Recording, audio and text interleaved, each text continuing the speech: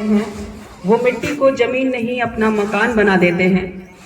जिस देश में जवान और विद्यार्थी दोनों सच्चे हो वो देश के हर इम्तिहान को सुकून से जिता देते हैं।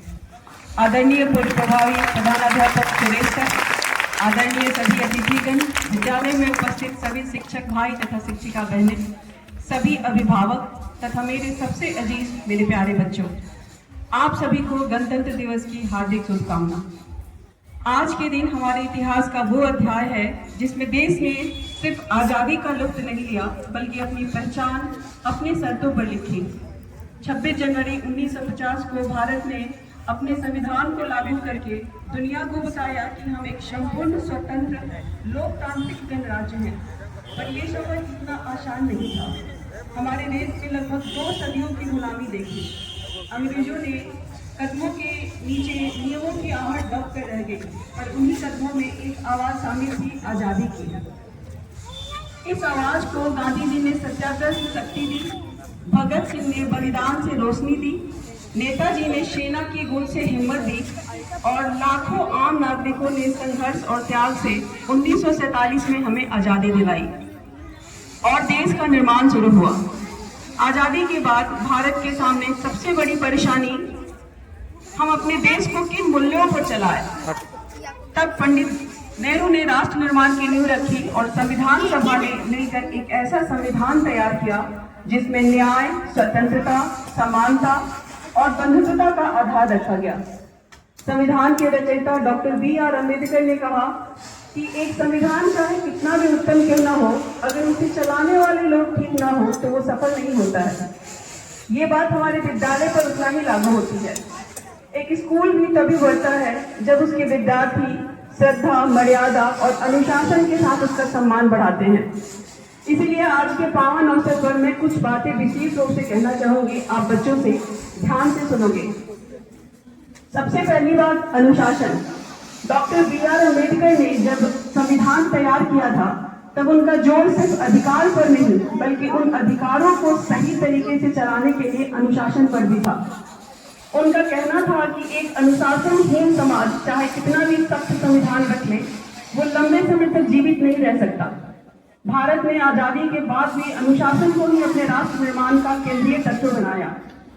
चाहे वो सेना में कमांड हो, नगर पालिका में मर्यादा हो या विद्यालयों में शिष्टाचार हो, ये अनुशासन ही एक देश को सुशासित राष्ट्र बनाए रखने में मदद करता है। विद्यालय में जब विद्यार्थी नियमों का पालन करते हैं तो वो अपने जीवन को संगठित और उद्देश्यपूर्ण बनाते हैं, परंतु कुछ विद्यार्थी विद्यालय की मर्यादा का उल्लंघन करते हैं, स्कूल की संपत्ति को हानि पहुंचाते हैं या अपने व्यवहार से शिक्षक तथा संस्थान की छवि को क्षति पहुंचाते हैं, तो उनका स्कूल के प्रति दुर्भावना दिखाई नहीं देती बल्कि उन विद्यार्थियों की सोच, चरित्र और संस्कार को लेकर भी सवाल उठते हैं।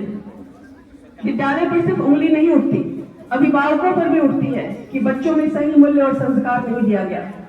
विद्यालय के लिए दुख की बात होती है कि इतना समय, परीक्षा, मार्गदर्शन और प्रयास के बावजूद भी कुछ बच्चे उदंडता दिखाते हैं, यानी अंधकार से प्रकाश की ओर पूरी तरह से ले जाने में असमर्थ है। खैर, दूसरी बात, कर्तव्य और समय। गणतंत्र हमें अधिकार देता है, पर संविधान का सबसे बड़ा सार अधिकार के साथ कर्तव्यों का बोध भी है। समय के नियोजन के बिना कोई कर्तव्य पूरा नहीं होता। देश के सैनिक सीमा पर समय का पालन करते हैं, न्यायाधीश कोर्ट में समय का पालन करते हैं, सर्जन ऑपरेशन थिएटर में समय का पालन करते हैं, तभी देश की प्रणालियां चलती हैं। समय का पालन केवल एक आदत नहीं बल्कि राष्ट्र के लिए योगदान का प्रथम चरण है।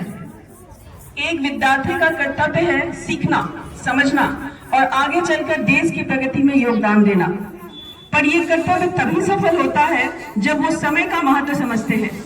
परीक्षा में, प्रोजेक्ट में, कंपटीशन में और अपने करियर में समय का नियोजन आपको अन्य लोगों से अलग रखता है। विकास उस रेस का होता है जहां लोग कल पर नहीं आज पर काम करते हैं, जहां प्रतिभा के साथ समय का भी सम्मान होता है। क्योंकि आज आप सभी ने सुना होगा कि अगर समय का समय पर सही उपयोग नहीं हुआ तो समय समय पढ़ने पे तुम्हें अनुपयोगी बना देगा। इसीलिए समय के महत्व को समझिए और इसको आगे लेके चलिए। तीसरी और सबसे महत्वपूर्ण बात चरित्र और संवेदनशीलता है। संविधान की आत्मा के 4 शब्द हैं: न्याय, स्वतंत्रता, समानता, बंधुत्वता। ये सीधे चरित्र और संवेदनशीलता से संबंधित है। एक समाज तभी मजबूत होता है जब उसके नागरिक एक दूसरे के प्रति संवेदनशील हो और भेदभाव से ऊपर उठकर सोचते हैं।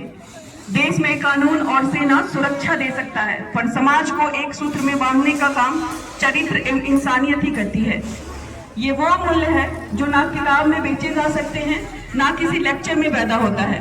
ये जीवन में अपने आचरण से बनाए जाते हैं। विद्यालय इस चरित्र का पहला संस्कार स्थल है। यहीं पर आप टीम वर्क, न्याय, ईमानदारी और मर्यादा सीखते हैं। जब आप एक दोस्त की मदद करते हैं, जब आप किसी को नीचा नहीं दिखाते हैं, जब आप सच बोलते हैं, तब आप अपने चरित्र का निर्माण कर रहे होते हैं।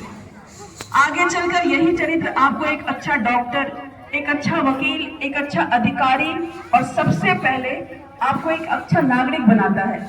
और देश को सबसे ज्यादा एक अच्छे नागरिक की जरूरत है, और विद्यालय तो इन सभी बातों की नींव को तैयार करता है। मैं अपने प्यारे विद्यार्थियों से ये सब कहना चाहूंगी कि राष्ट्र के सपने तभी पूरे होते हैं जब तुम्हारे सपने बड़े हों और तुम्हारी आदतें मजबूत हो। मोबाइल, टेक्नोलॉजी, कंपटीशन और नए युग का दौर चल रहा है, पर ये सब तभी लाभकारी होगा जब तुम्हारा चरित्र और अनुशासन ठीक होगा। आज के गणतंत्र दिवस पर हम सब मिलकर एक संकल्प लें कि हम समय का पालन करेंगे तथा विद्यालय की मर्यादा को बनाए रखेंगे, शिक्षक और अभिभावकों का सम्मान करेंगे और अपने देश के लिए गर्व का कारण बनेंगे। अंत में मैं सिर्फ इतना कहना चाहूंगी, देश को सिर्फ नेता और सैनिक ही नहीं, एक अच्छे विद्यार्थी की भी जरूरत है। अपनी जिम्मेदारियों के प्रति समर्पित बने रहें और संकल्प लें कि हम संविधान के हर तत्वों का पालन दिल से करेंगे और राष्ट्र के निर्माण में मदद करेंगे। इसी के साथ मैं अपनी वाणी को विराम देती हूँ। पुनः एक बार सभी अतिथिगण, शिक्षक, शिक्षिकाएं, सभी बच्चों को धन्यवाद देती हूँ और गणतंत्र दिवस की शुभकामना देती हूँ। ससमय आकर सबने उपस्थिति दिखाई और इस समारोह को संपन्न कराया। भारत माता की जय। भारत माता की, भारत माता की वंदे मातरम, वंदे वंदे। जय हिंद, जय भारत। धन्यवाद। बहुत बहुत धन्यवाद मैम।